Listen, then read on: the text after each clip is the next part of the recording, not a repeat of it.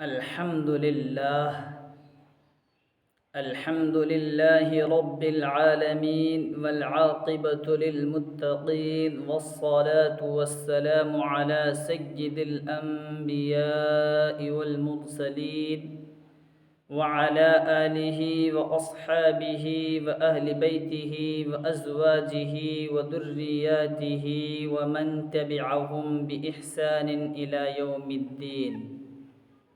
أما بعد فأعوذ بالله من الشيطان الرجيم. بسم الله الرحمن الرحيم. وإذا أنعمنا على الإنسان أعرض ونأى بجانبه وإذا مسه الشر كان يئوسا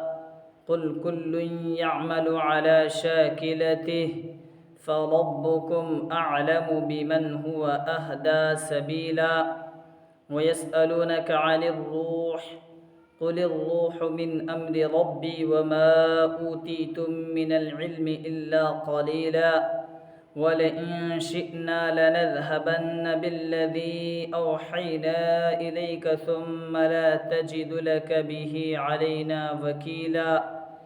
إلا رحمة من ربك إن فضله كان عليك كبيرا قل لئن اجتمعت الإنس والجن على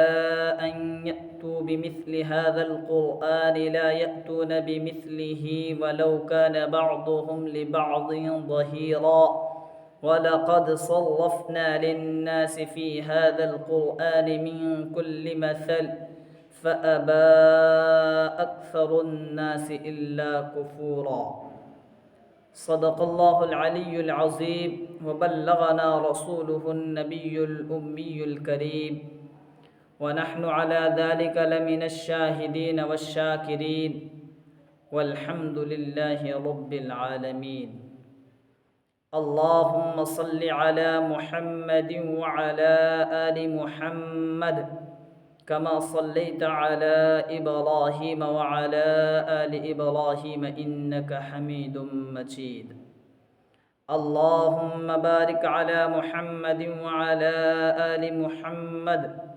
كما باركت على إبراهيم وعلى آل إبراهيم إنك حميد مجيد. محترم و مکرم ناظرین کرام و حضرات سامعین عظام، گزشتہ کل تفسیری ویڈیو کے اندر آپ نے ان باتوں کو سماعت کیا جو اللہ تبارک و تعالی نے مومنین کو اور اللہ کے رسول صلی اللہ علیہ وسلم کو احکام دیے تھے. مثلا 5 فرض نمازوں کا حکم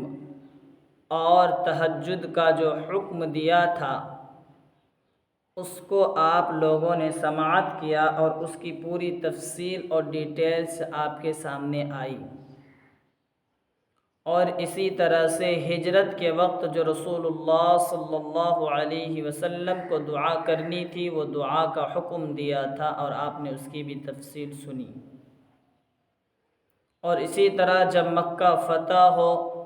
تو اس کی فتح کی پیشین گوئی کا حکم تھا، اور جب وہاں جائیں گے تو کس طرح سے مکہ کو فتح کرنا ہے اور کس طرح سے بتوں کو تباہ و برباد کرنا ہے، نیست و نابود کرنا ہے، اس کا ذکر تھا جس کی تفصیل آپ کے سامنے گزشتہ کل آ گئی تفصیل. اب یہاں سے اللہ تبارک و تعالی، اور آپ نے چونکہ مومنین کے لیے قرآن شفا اور رحمت ہے اور کافروں کے لیے یہ زحمت ہے، کافروں کے لیے یہ قرآن کا نزول عذاب بڑھاتا ہی جاتا ہے. آگے آیت کے اندر جو آج سب سے پہلی آج کی تلاوت کردہ آیات کے اندر جو سب سے پہلی آیت ہے، اس آیت کے اندر اللہ تبارک و تعالی نے کافروں کا حال بتایا، معاندین و مشرکین کا حال بتایا کہ جب ہم آدمی پر انعام کرتے ہیں تو وہ اعراض کرتا ہے اور اپنا پہلو بچاتا ہے، اور جب اسے کوئی تکلیف پہنچتی ہے تو مایوس ہو کر رہ جاتا ہے. مشرکین کو جب اللہ تبارک و تعالی کی طرف سے خوشحالی آتی ہے، مشرکین کو جب اللہ تعالی کی طرف سے نعمت کے اندر فراخی حاصل ہوتی ہیں، مشرکین جب صحت یاب ہوتا ہے، مشرکین جب آرام سے محظوظ ہوتا ہے، مشرکوں کو جب آرام ہی آرام ملتا ہے، تو وہ اس پر اللہ کا شکر ادا نہیں کرتا، بلکہ وہ یوں سمجھتا ہے کہ ہمارے پاس علم آیا تو ہماری محنت سے، ہمارے پاس دولت آئی تو ہماری کاوش سے، اس میں اللہ تبارک و تعالیٰ کا کوئی دخل نہیں ہے۔ حالانکہ ایسا نہیں ہے۔ اور اسی طرح سے مشرکین کا حال یہ بھی ہے کہ اگر وہ بلندی سے پستی پر آ جائے، اوپر سے نیچے آ جائے، تو مایوس ہو کر رہ جاتا ہے۔ یہی وجہ ہے کہ آپ آئے دن مشرکین کے متعلق، معاندین کے متعلق خبروں کے اندر اور اخباروں میں، ٹی وی اور سوشل میڈیا کے اوپر آپ دیکھتے ہوں گے، کبھی اس نے خودکشی کر لی، کبھی اس نے خودکشی کر لی، اس وجہ سے، کبھی اس وجہ سے خودکشی کر لی۔ کیوں؟ اس لیے کہ یہ جب کامیاب ہوتے ہیں تو کامیابی میں یہ اپنی محنت سمجھتے ہیں، اس لیے اللہ کا اس میں کوئی دخل نہیں سمجھتے ہیں۔ یہی وجہ ہے کہ یہ جب پستی سے بلندی پر جاتے ہیں تو مغرور و متکبر اور گھمنڈی بن جاتے ہیں، اور جب بلندی سے پستی کی طرف آتے ہیں تو یہ بے صبرا اور ناشکر بے صبرا بن جاتے ہیں، جس کی وجہ سے آتم ہتیا، سوسائڈ اور خودکشی کی نوبت اور اس کی باری آ جاتی ہے۔ اور اس کے برعکس مومنین کا حال دیکھیں تو مومنین چونکہ الحمدللہ جب پستی سے بلندی پر جاتے ہیں تو اللہ کا شکر کرتے ہیں، اور جب بلندی سے پستی پر آتے ہیں تو اپنی مصیبت پر صبر کرتے ہیں۔ مومن اگر پستی سے بلندی پر جائے تو اس میں بھی اسے اللہ کا قرب حاصل ہوتا ہے، اور بلندی سے پستی پر آئے تو اس میں بھی اللہ کا قرب حاصل ہوتا ہے۔ یعنی جب بلندی پر جاتا ہے تو اللہ کا شکر ادا کر کے اللہ کے نزدیک ہو جاتا ہے، اور بلندی سے جب پستی پر یعنی نیچے آتا ہے تو اس مصیبت پر صبر کر کے اللہ کے قریب ہو جاتا ہے، کیونکہ اللہ کہتا ہے ان اللہ مع الصابرین، اللہ صبر کرنے والوں کے ساتھ ہے۔ جب اتنا ہو گیا تو اخیر میں اللہ تبارک و تعالیٰ کہتے ہیں قل کل یعمل علی شاکلتہ فربکم اعلم بمن هو اہدی سبیلا۔ اے محبوبم صلی اللہ علیہ وسلم، آپ کہہ دیجئے کہ ہر کوئی اپنے اپنے ڈھنگ پر عمل کرتا ہے، یعنی ہر کسی کو اپنا اپنا کام اچھا لگتا ہے۔ مشرکین کو اپنا شرک اچھا لگتا ہے، کافرین کو اپنا کفر اچھا لگتا ہے، معاندین کو اپنا عناد اچھا لگتا ہے۔ اور اسی کی طرف بعض مفسرین کہتے ہیں اس سے یہ بات بھی سمجھ سکتے ہیں جو امی عائشہ صدیقہ رضی اللہ تعالی عنہ کی عفت اور آپ کی پاک دامنی کے متعلق اللہ نے سورہ نور کے اندر جو آیت نازل فرمائی تھی، الخبیثات للخبیثین والطیبات للطیبین، کہ گندی عورتیں گندے مردوں کے لیے اور پاک دامن عورتیں پاک دامن مردوں کے لیے ہیں۔ یعنی اپنے اپنے ڈھنگ پر عمل کرتا ہے، جو آدمی جو کام کرتا ہے اسی کو حق، اسی کو سچ اور اسی کو صحیح سمجھتا ہے، باقی سب کو غلط سمجھتا ہے۔ ایسا نہیں ہے۔ تو آپ نے دیکھا کہ ہر کوئی اپنے اپنے ڈھنگ پر عمل کرتا ہے، یعنی کافروں کو کفر ہی اچھا لگتا ہے، مشرکوں کو شرک ہی اچھا لگتا ہے، معاندین کو عناد ہی اچھا لگتا ہے۔ تو یہ بات جب کہہ دیا کہ کافر کو اپنا کفر اچھا لگ رہا ہے، مشرک کو اپنا شرک اچھا لگ رہا ہے، معاندین کو اپنا عناد اچھا لگ رہا ہے، مومنین کو اپنا ایمان اچھا لگتا ہے، تو اب اس میں بہتر کون ہے؟ کون راہ راست پر ہے اور کون راہ چپ پر ہے؟ کون گمراہ ہے اور کون ہدایت یافتہ ہے؟ تو اس کے متعلق قرآن کہتا ہے فَرَبُّكُمْ أَعْلَمُ بِمَنْ هُوَ أَهْدَى سَبِيلًا، تمہارا پروردگار ہی، تمہارا پالنہار ہی خوب جاننے والا ہے، سب سے زیادہ جاننے والا ہے کہ یہ معاندین و مشرکین و کافرین اچھے ہیں یا مومنین اور مسلمین اچھے ہیں، یہ معاندین و مشرکین و کافرین حق پر ہیں یا مومنین و مسلمین حق پر ہیں، کون اہل حق ہے کون باطل ہیں، یہ سب سے زیادہ اللہ تبارک و تعالیٰ جانتے ہیں۔ اس کے بعد اللہ تبارک و تعالیٰ اگلی آیت کے اندر وَيَسْأَلُونَكَ عَنِ الرُّوحِ قُلِ الرُّوحُ مِنْ أَمْرِ رَبِّي، اگلی آیت کے اندر اللہ تبارک و تعالیٰ نے مشرکین کی طرف سے، یا یوں سمجھیں یہودیوں کی طرف سے، بلکہ یوں سمجھیں کہ اہل باطل کی طرف سے، غیر مسلموں کی طرف سے روح کے متعلق سوال اور اپنی طرف سے جواب کا تذکرہ فرمایا اگلی آیت کے اندر۔ چنانچہ ارشاد ربانی ہے وَيَسْأَلُونَكَ عَنِ الرُّوحِ، اور اے محبوب صلی اللہ علیہ وسلم وہ آپ سے روح کے متعلق سوال کرتے ہیں، قُلِ الرُّوحُ مِنْ أَمْرِ رَبِّي وَمَا أُوتِيتُم مِّنَ الْعِلْمِ إِلَّا قَلِيلًا، آپ کہہ دیجئے کہ روح میرے رب کے حکم میں سے ہے، ایک چیز ہے، یعنی ایک چیز میرے رب کے حکم سے، اور تمہیں اس کے متعلق بہت تھوڑا سا علم دیا گیا ہے۔ اب یہاں سمجھنے کی ضرورت ہے لفظ روح لغات اور معانی کے حساب سے، لغات اور محاورات کے حساب سے لفظ روح کے اصل معنی تو وہی ہیں جو عام طور پر سمجھے جاتے ہیں۔ روح کے معنی حیات، روح کے معنی جان جس پر حیات اور زندگی قائم ہے، روح کے معنی جان جس پر حیات اور زندگی قائم ہے۔ لیکن قرآن کریم میں حضرت مولانا مفتی شفیع عثمانی نور اللہ مرقدہ اپنی کتاب تفسیر معارف القرآن کے اندر کہتے ہیں لفظ روح حضرت جبرائیل علیہ السلام کے لیے بھی قرآن کریم کے اندر استعمال ہوا، جیسے نزل به الروح الامین، تنزل الملائکۃ والروح باذن ربهم من کل امر سلام ہی حتی مطلع الفجر۔ اسی طرح سے قرآن کریم میں لفظ روح حضرت عیسیٰ علیہ السلام کے لیے بھی کئی مقامات اور کئی آیات میں ہوا ہے، حتیٰ کہ قرآن کریم میں لفظ روح خود وحی اور قرآن کریم کے لیے استعمال ہوا ہے، جیسے وَرُوحًا مِّنْ أَمْرِنَا أَوْحَيْنَا إِلَيْكَ رُوحًا مِّنْ أَمْرِنَا أَوْحَيْنَا إِلَيْكَ رُوحًا مِّنْ أَمْرِنَا، یہ لفظ روح کا استعمال خود قرآن کریم اور وحی کے لیے بھی اس کا استعمال ہوا ہے قرآن کریم کے اندر۔ اب سوال یہ اٹھتا ہے کہ معاندینوں نے، مشرکین نے، کافرین نے، غیر مسلموں نے جو اللہ کے رسول صلی اللہ علیہ وسلم سے سوال کیا تھا، وہ سوال قرآن کے متعلق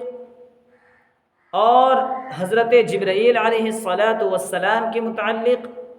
یا پھر روح کے جو حیوان انسانی یا حیوان روح حیوانی کے متعلق سوال کیا تھا، یعنی روح قرآن قرآن کو جو روح کہا گیا اس کے متعلق، یا جبرائیل کے متعلق،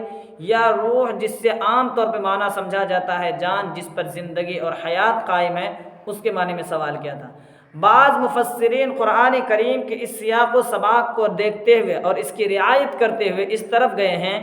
کہ مشرکوں نے جو سوال کیا تھا وہ اس قرآن کے متعلق سوال کیا تھا، یا حضرت جبرائیل امین کے متعلق جو ہے نا اس طرح سے سوال کیا تھا، یعنی آپ پر کون وحی لاتا ہے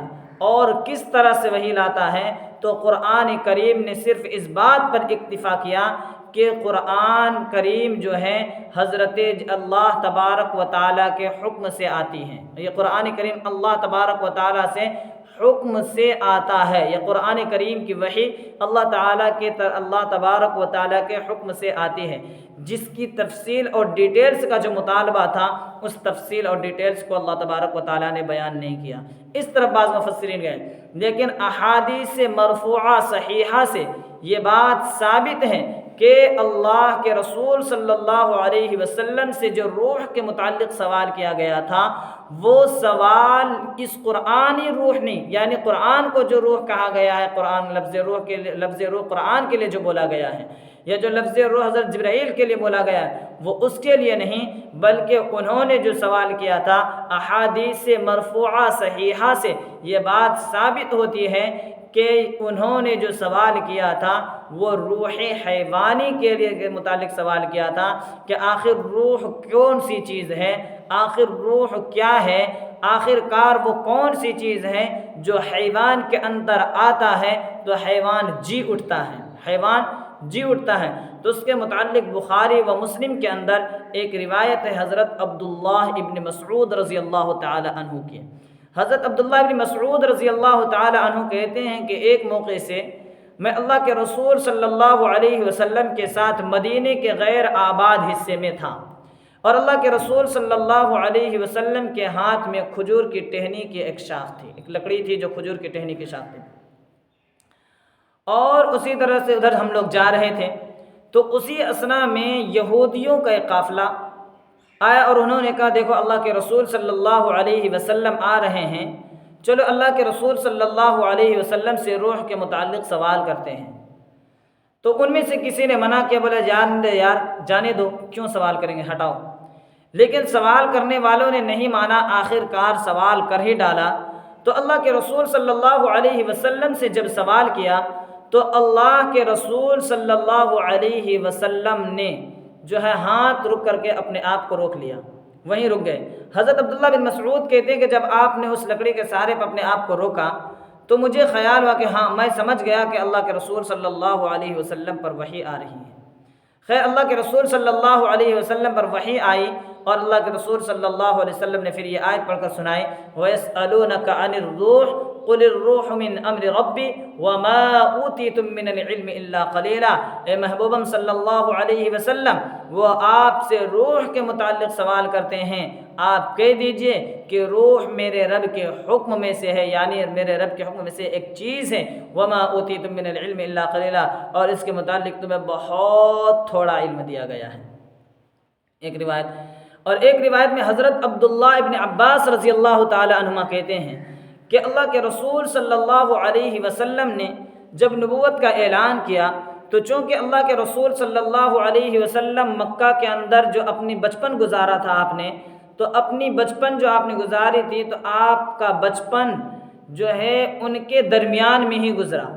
آپ کی جوانی بھی انہی کے درمیان گزرا۔ انہوں نے آپ کی تجارت کو دیکھا، انہوں نے آپ کے لڑکپن اور آپ کے بچپن اور آپ کے جوانی کو دیکھا۔ اب آپ ادھیڑ عمر میں یعنی 40 سال کی عمر میں آنے کے بعد اللہ کے رسول صلی اللہ علیہ وسلم یہ اعلان فرماتے ہیں اور دعویٰ کرتے ہیں کہ میں نبی ہوں، اللہ نے مجھے نبی بنایا ہے، اور اللہ تبارک و تعالی مجھ پر کلام پاک ارشاد فرماتے ہیں۔ تو چونکہ انہوں نے کبھی جھوٹ بولتے اللہ کے رسول کو نہیں دیکھا تھا، انہوں نے کبھی اللہ کے رسول کو امانت میں خیانت کرتے نہیں دیکھا تھا، تو یہ کیسے کہہ سکتے تھے کہ اللہ کے رسول صلی اللہ علیہ وسلم جھوٹے ہیں، اللہ کے رسول صلی اللہ علیہ وسلم خیانت کرنے والے ہیں؟ تو اس لیے انہوں نے جب مشورہ کیا تو اس مشورے کے اندر ایک بات پاس ہوئی کہ ایک وفد، ایک ٹیم اور ایک جماعت کو یہود مدینہ کے پاس بھیجا جائے، کیونکہ مدینہ کے جو یہودی تھے وہ اہل کتاب تھے، وہ لوگ آسمانی کتاب کے پڑھے ہوئے تھے، تو بولا جاؤ ان سے ذرا پوچھ کے آؤ وہ کیا بولتے ہیں۔ جب وہ لوگ بالآخر حضرت عبداللہ ابن عباس رضی اللہ تعالیٰ عنہ کی روایت کے مطابق مشرکین مکہ کا ایک وفد، ایک جماعت یہود کے پاس وہاں پہنچے۔ جب یہود کے پاس پہنچے تو یہودیوں نے ان سے کہا اللہ کے رسول صلی اللہ علیہ وسلم سے 3 سوال کرنا، ان 3 سوال میں سے اگر وہ تینوں کا جواب دے دے تب سمجھ جانا کہ وہ نبی نہیں، اور اگر تینوں میں سے کسی کا جواب نہ دے تب بھی سمجھ جانا وہ نبی نہیں، لیکن ان 3 میں سے 2 کا جواب دے اور 1 کا جواب نہ دے تو سمجھ جانا وہ نبی ہے۔ ان 3 سوالوں میں سے ایک سوال روح کے متعلق، اور ایک ذوالقرنین نامی بادشاہ کے متعلق، اور ایک سوال اصحاب کہف کے متعلق تھا۔ تو اللہ کے رسول صلی اللہ علیہ وسلم نے اصحاب کہف کے متعلق بھی جواب دیا اور ذوالقرنین کے متعلق بھی جواب دیا، جس کی تفصیل سورہ بنی اسرائیل کے کچھ بات جو ہے سورہ کہف جب شروع ہوگی تو اس کے اندر آئے گی انشاءاللہ تبارک و تعالی۔ اور روح کے متعلق اللہ کے رسول صلی اللہ علیہ وسلم نے خاموشی اختیار کی، جس سے یہ بات ثابت ہوئی کہ اللہ کے رسول صلی اللہ علیہ وسلم جو ہیں اللہ کے نبی ہیں۔ بہرکیف ان دونوں حدیثوں کو جب سامنے رکھتے ہیں تو یہ ثابت ہوتا ہے کہ مشرکین کا جو سوال تھا وہ قرآن کے متعلق نہیں، بلکہ مشرکین کا سوال جو ہے وہ روح انسانی یعنی انسان کے روح کے متعلق تھا، انسان کے روح کے متعلق، انسان کے اندر روح کیسے آتی ہے اور انسان کیسے جیتا ہے، یا حیوان میں سے جانوروں کو بھی لے لیجئے، یہ کیسے جیتا ہے، ان دونوں حدیثوں سے پتہ چلتا ہے۔ لیکن اس کے بعد بھی اس کی تفصیل میں جانے سے پہلے یہاں یہ بات سمجھنی ضروری ہے، یہاں پر دو روایت آئی ہیں، ایک عبداللہ بن مسعود کی اور ایک حضرت عبداللہ بن عباس رضی اللہ تعالیٰ عنہما کی۔ حضرت عبداللہ بن مسعود رضی اللہ تعالیٰ عنہ کی روایت کو لیتے ہیں تو پتہ چلتا ہے کہ یہ آیت مدنی ہے، کیونکہ حضرت عبداللہ بن مسعود رضی اللہ تعالیٰ عنہ مدینہ کا ذکر کرتے ہیں، حالانکہ اس صورت کا اکثر حصہ مکی ہے تو یہ مدنی ماننی پڑے گی۔ اور اگر حضرت عبداللہ ابن عباس رضی اللہ تعالیٰ عنہ کی روایت کو لیتے ہیں جو کہ مسند احمد کے اندر ہے، تو اس صورت میں یہ پتہ چلتا ہے کہ یہ آیت مکی ہے۔ تو اس سے پتہ چلا پوری کی پوری صورت جس طرح مکی ہے اسی طرح سے یہ آیت بھی مکی ہی ہے، یعنی اکثر حصہ جس طرح مکی ہے اسی طرح سے یہ آیت بھی مکی ہے۔ اور ابن کثیر رحمۃ اللہ علیہ نے، حضرت مولانا مفتی شفیع عثمانی نور اللہ مرقدہ کہتے ہیں کہ ابن کثیر رحمۃ اللہ علیہ نے اسی کو ترجیح دی ہے کہ یہ جو کہ عبداللہ ابن مسعود رضی اللہ، ابن کثیر رحمۃ اللہ علیہ نے حضرت عبداللہ ابن کثیر رحمۃ اللہ علیہ نے حضرت عبداللہ ابن عباس رضی اللہ تعالیٰ عنہ کو حدیث کو صحیح یہ کہا ہے کہ حضرت عبداللہ ابن عباس رضی اللہ تعالیٰ عنہ کو متعلق یہ ہے، اور حضرت عبداللہ ابن مسعود رضی اللہ تعالیٰ عنہ کی حدیث کا یہ جواب دیا ہے کہ دیکھیں قرآن کریم کے اندر اور بھی کئی ساری آیات ہیں جو دو دو مرتبہ یعنی مکرر نازل ہوئی ہیں، تو حضرت عبداللہ ابن مسعود رضی اللہ تعالی عنہ کی حدیث کے متعلق وہ یہ جواب دیتے ہیں کہ پہلے تو یہ مکہ میں نازل ہوئی جیسا کہ عبداللہ ابن عباس کی روایت ہے، پھر جا کر کے یہ مدینہ میں دوبارہ نازل ہوئی جیسا کہ حضرت عبداللہ ابن مسعود رضی اللہ تعالیٰ عنہ کی روایت ہے۔ لیکن تفسیر مظہری کے حوالے سے حضرت مولانا مفتی شفیع عثمانی نور اللہ مرقدہ کہتے ہیں کہ تفسیر مظہری میں حضرت عبداللہ ابن مسعود رضی اللہ تعالی عنہ کی حدیث کو ہی راجح قرار دیا ہے۔ اس کی دو وجہ بیان کی، ایک وجہ یہ بیان کی کہ یہ حدیث جو عبداللہ ابن مسعود رضی اللہ تعالیٰ عنہ کی ہے وہ صحیحین کے اندر ہے، یعنی صحیح بخاری اور صحیح مسلم کے اندر وہ روایت ہے، اور جو عبداللہ بن مسعود کی روایت ہے وہ مسند احمد کے اندر ہے، وہ صحیح اگرچہ اپنی جگہ ہے لیکن اس سے زیادہ مقام اور رتبہ صحت کے اعتبار سے صحیح مسلم اور صحیح بخاری کو حاصل ہے، اس لیے انہوں نے یہ کہا کہ یہ عبداللہ بن مسعود رضی اللہ تعالی عنہ کے مطابق یہ آیت مدنی ہے۔ اور دوسری وجہ یہ ہے کہ حضرت عبداللہ بن مسعود رضی اللہ تعالی عنہ کی حدیث میں صاحب واقعہ نے اس واقعہ کو بیان کیا، یعنی جنہوں اپنی آنکھوں دیکھا اور جن کے ساتھ یہ واقعہ پیش آیا وہ بیان کر رہے ہیں، جبکہ عبداللہ ابن عباس رضی اللہ تعالی عنہما والی جو حدیث ہے انہوں نے اس طرح بیان کیا ہے جیسا کہ انہوں نے خود کسی دوسرے سے سنا ہے، اس لیے یہ کہا۔ تو بہر کیف اس کی یہ تفصیل تھی، یہ آنے کے بعد چاہے جو بھی ہو، اس کے بعد آخر میں اللہ تبارک و تعالیٰ اب جواب دیتے ہیں، اب سمجھنے کی ضرورت ہے۔ وَيَسْأَلُونَكَ عَنِ الرُّوحِ قُلِ الرُّوحُ مِنْ أَمْرِ رَبِّي وَمَا أُوتِيتُم مِّنَ الْعِلْمِ إِلَّا قَلِيلًا، کہ اور اے محبوب صلی اللہ علیہ وسلم وہ آپ سے روح کے متعلق سوال کرتے ہیں، آپ کہہ دیجئے کہ روح میرے رب کے حکم سے ایک چیز ہے، میرے رب کے حکم سے ایک چیز ہے، اور روح کے متعلق تمہیں بہت تھوڑا علم دیا گیا ہے، اور روح کے متعلق بہت تھوڑا علم دیا گیا ہے۔ اب یہاں پر ایک بات اور سمجھے، فلاسفہ سائنسدان یہ کہتا ہے کہ روح یہ جسم کا حصہ ہے، اور بھانپ وغیرہ ایسے کچھ نام دیا ہے، جب تک وہ اپنے اندر بنتا رہتا ہے انسان زندہ رہتا ہے، جانور زندہ رہتا ہے، اور وہ ختم ہو جاتا ہے انسان مر جاتا ہے۔ جبکہ ہمارا یہ عقیدہ ہے، ہمارا یہ نظریہ ہے کہ روح جسم کا نام نہیں ہے۔ کیوں؟ اس کی وجہ ہے، جیسے مثال کے طور پر ہم کہتے ہیں میں نے ایسا کہا،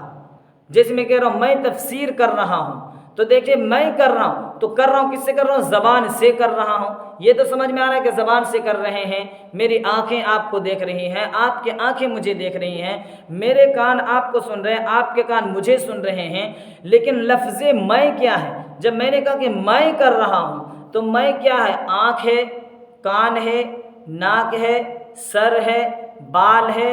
جسم کا کون سا حصہ ہے یہ نہیں بتا سکتے ہیں۔ حضرت مولانا ادریس صاحب کاندھلوی نور اللہ مرقدہ، اللہ ان کی قبر پر کروڑوں اربوں رحمت نازل فرمائے، اپنی کتاب تفسیر معارف القرآن کے اندر حضرت مولانا ادریس کاندھلوی رحمۃ اللہ علیہ کہتے ہیں، اس کے لطائف اور معرفت کو بیان کرتے ہوئے ایک معرفت یہ بھی بیان کیا کہ یہ لوگ جو کہتے ہیں یعنی سائنسداں کہ یہ جسم کا حصہ ہے یہ روح، ایسا نہیں ہے، بلکہ یہی تو میں کہہ رہا ہوں،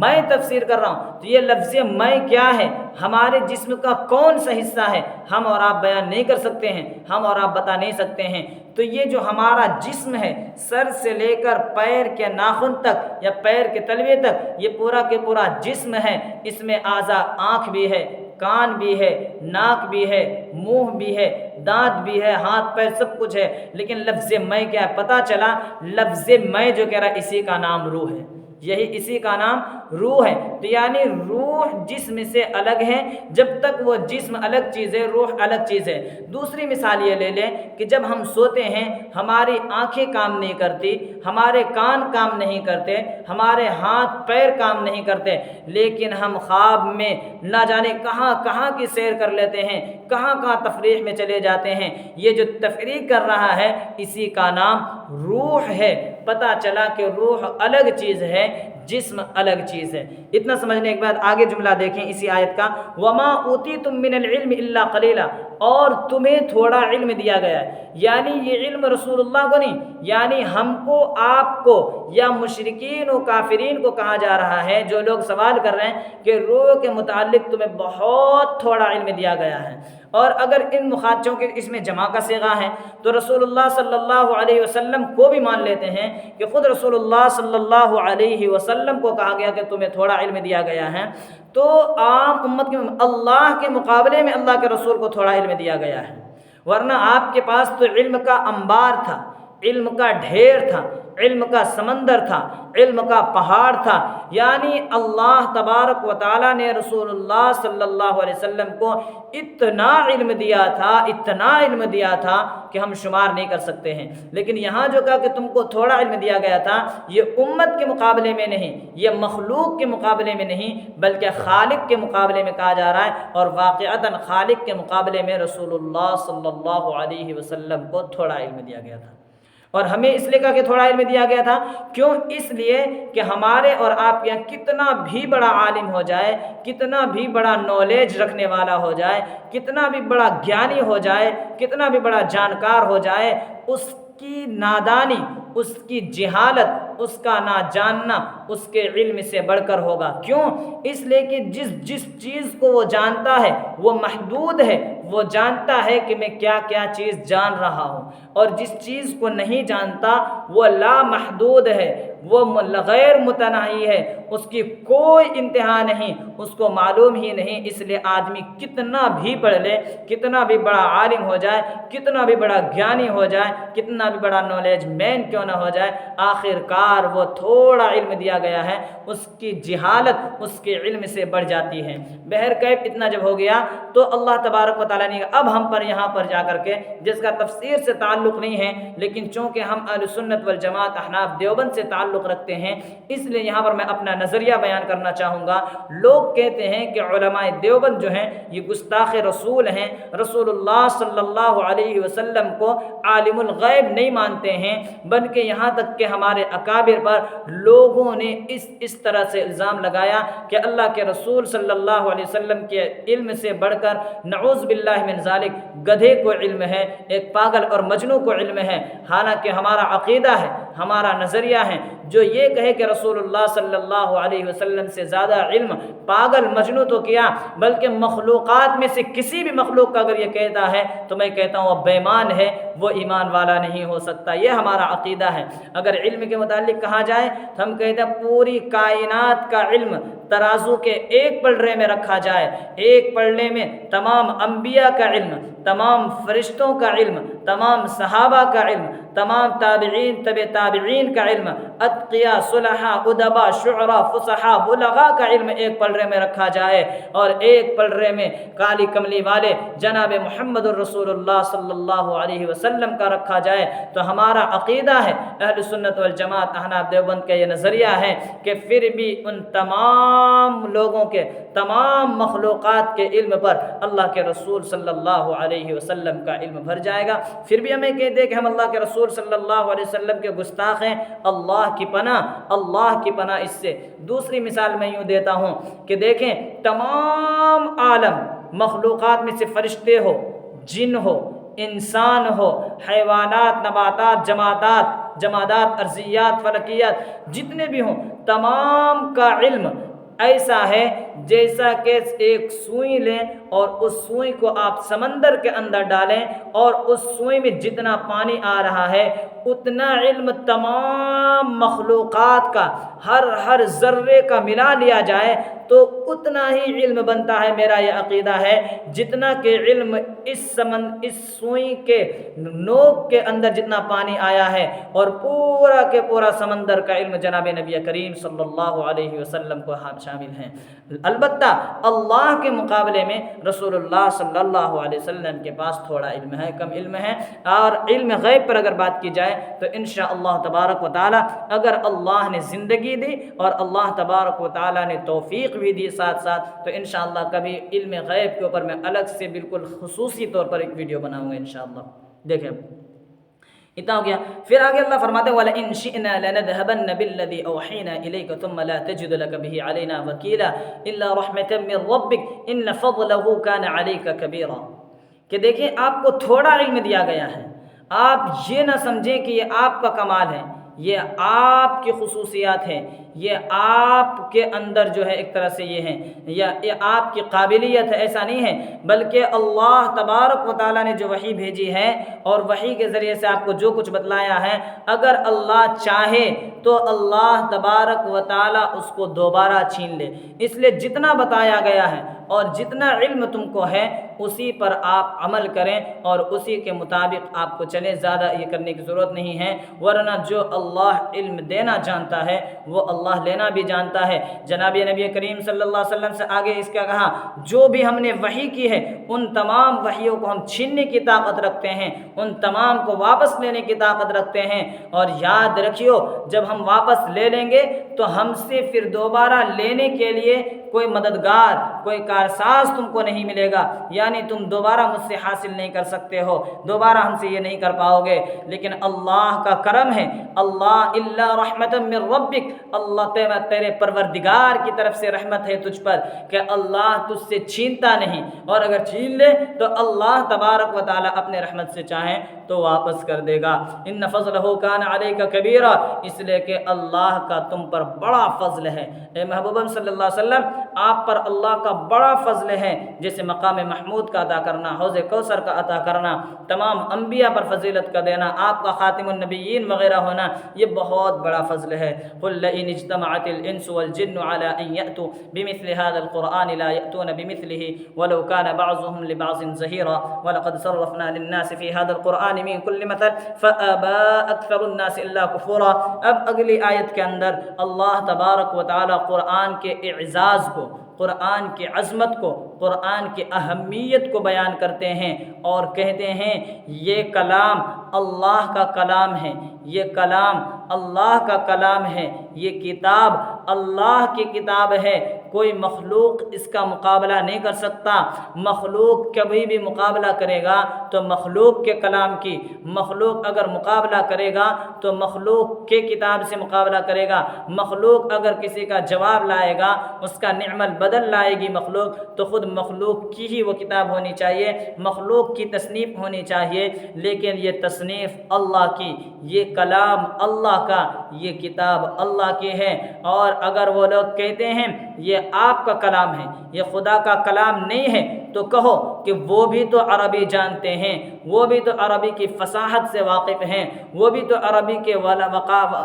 کے جو ہے عربی کی فصاحت سے اور عربی کی بلاغت سے واقف ہیں۔ ان سے کہو کہ آپ ان کو جو ہے نا ان کے ایک مثل کو لے آؤ، ان کے مقابلے میں تم بھی ایک کتاب لے آؤ، اور اگر تم سے نہیں ہوتا ہے تو تمام کے تمام انسان اکٹھے ہو جاؤ، تمام کے تمام جنات اکٹھے ہو جاؤ، اور تمام کے تمام ایک ساتھ مل کر آؤ، فردن فردن نہیں بلکہ اجتماعی طور پر آؤ، اور پھر اس قرآن کے مثل کو لاؤ۔ اور یاد رکھو، اگر تم تمام کے تمام انسان مل جاؤ، تمام کے تمام جنات مل جاؤ، اور جا کر کے رسول اللہ تبارک و تعالیٰ کے اس کلام کا مقابلہ کرنا چاہو، تو یاد رکھنا ان ملنے کے بعد بھی تم قرآن کا مقابلہ نہیں کر سکو گے۔ ایک دوسرے کے مدد پر اتر جاؤ، ایک دوسرے کی آپ ہیلپ کرنے لگ جاؤ، تب بھی آپ اس قرآن کی مثل کو نہیں لا سکتے ہیں۔ آگے فرمایا وَلَقَدْ صَرَّفْنَا لِلنَّاسِ فِي هَذَا الْقُرْآنِ، یہ تمام چیزیں بیان کرنے کے بعد اللہ کہتے ہیں کہ ہم نے جو ہے اس قرآن میں لوگوں کے لیے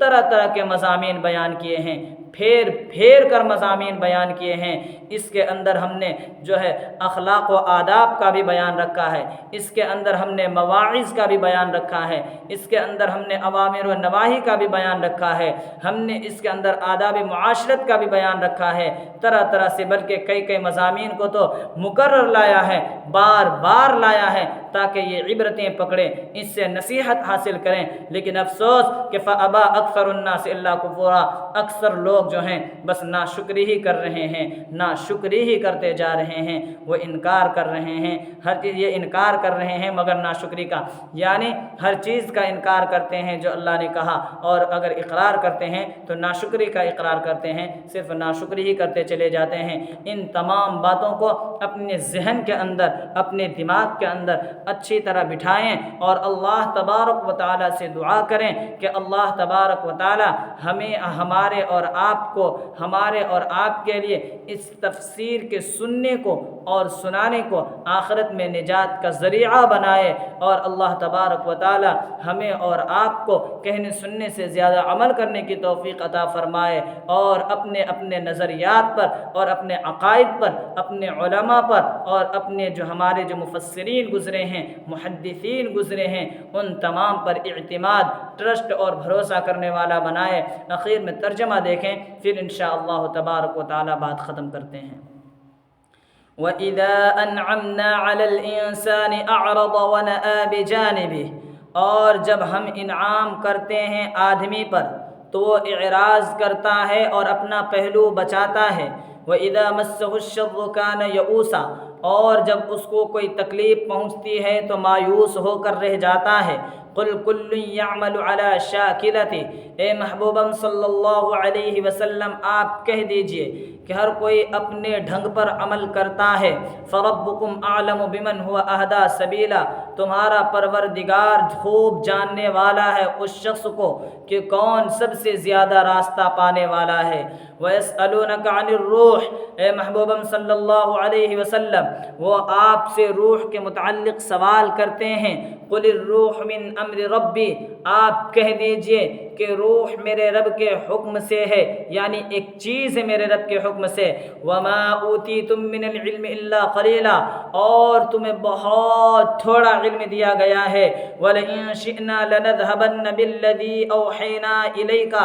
اور اگر ہم چاہیں تو ہم چھین لیں اس چیز کو جو ہم نے آپ کی طرف وحی کی ہے۔ ثُمَّ لَا تَجِدُ لَكَ بِهِ عَلَيْنَا وَكِيلًا، پھر اے محبوبم صلی اللہ علیہ وسلم آپ اپنے لیے اس کے لانے کو ہمارے خلاف کوئی کارساز نہیں پائیں گے۔ الا رحمتا من ربک، مگر آپ کے پروردگار کی طرف سے رحمت ہے۔ ان فضلہ کان علیک کبیرا، یقیناً اللہ کا فضل آپ کے اوپر بہت بڑا ہے۔ قل لئن اجتمعت الانس والجن، اگر تمام کے تمام انسان اور جنات جمع ہو جائیں، علی ان یأتوا بمثل هذا القرآن، کہ لائیں اس قرآن، اس بات پر جمع ہو جائیں کہ لائیں اس قرآن کے مثل کو، لا یأتون بمثلہ، تو اس قرآن کے مثل کو نہیں لا سکیں گے، ولو کان بعضهم لبعض ظہیرا، اگرچہ ان کا بعض کے لیے مددگار ہو جائے، وَلَقَدْ صَرَّفْنَا لِلنَّاسِ فِي هَذَا الْقُرْآنِ مِنْ كُلِّ مَثَلٍ، اور تحقیق کہ ہم قرآن میں، اور تحقیق کہ ہم نے اس قرآن میں لوگوں کے لیے پھیر پھیر کر طرح طرح کے مضامین بیان کرتے ہیں، فَأَبَى أَكْثَرُ النَّاسِ إِلَّا كُفُورًا، مگر اکثر لوگ ناشکری ہی کرتے ہیں۔ اللہ تبارک و تعالی ہمیں اور آپ کو کہنے سننے سے زیادہ عمل کرنے کی توفیق عطا فرمائے، آمین۔ سبحان اللہ وبحمدہ، سبحانک اللہم وبحمدک، ونشہد ان لا الہ الا انت، ونستغفرک ونتوب الیک۔ سبحان ربک رب العزة عما يصفون، وسلام على المرسلين، والحمد لله رب العالمين۔